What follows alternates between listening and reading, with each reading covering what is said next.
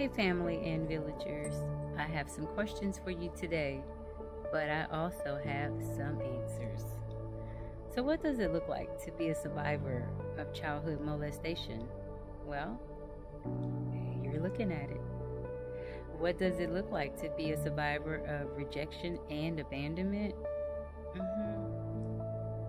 You're looking at it. What does it look like to be a survivor of rape? Well, guess what?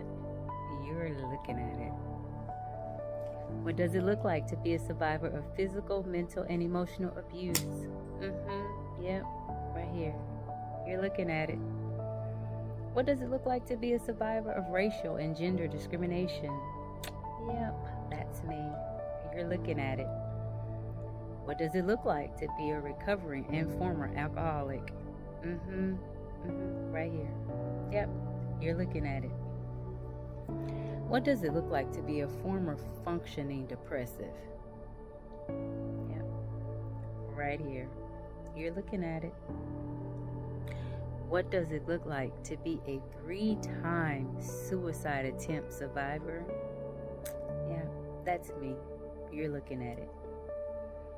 And what does it look like to be the one that Jesus would leave the 99 to go find and save? Yeah. Right here, that's me. You're looking at it.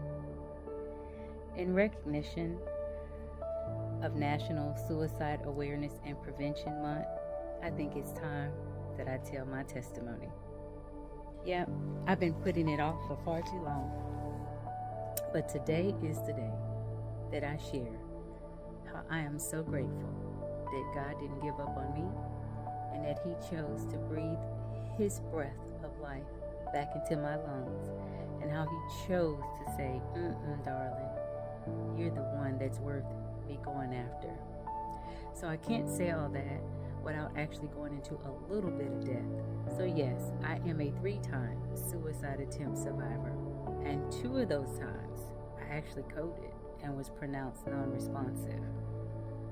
However, one of those times I actually do have memory of hearing what was going on in the background while I was out of there. So when the ER team had decided I was non-responsive, I remember hearing a voice saying, no, she's one of ours, do it again. And for some context into that,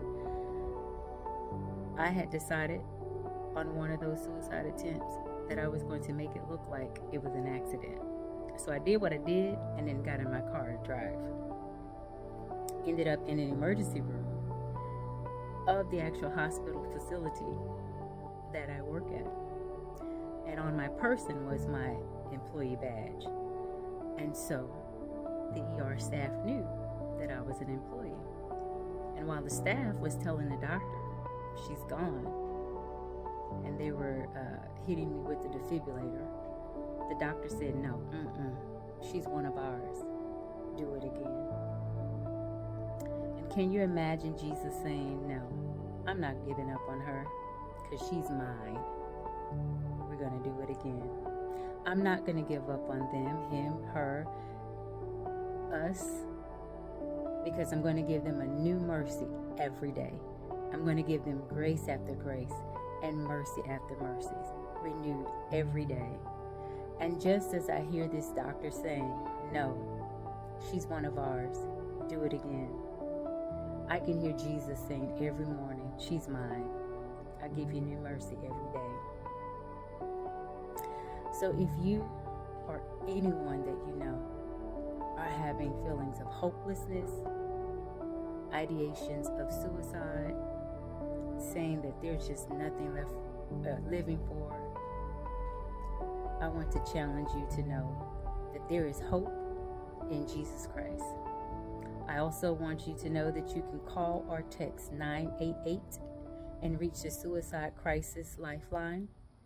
You can also text the word HOME, HOME, to 741-741 to reach the crisis text line. Those are tangible ways that you can reach help, but you can reach supernatural help in Jesus Christ. I love you. Be blessed. and know that you are the one that Jesus will leave the 99 for, and he'll go after. He'll find you and he'll save you. I am the one. Be blessed.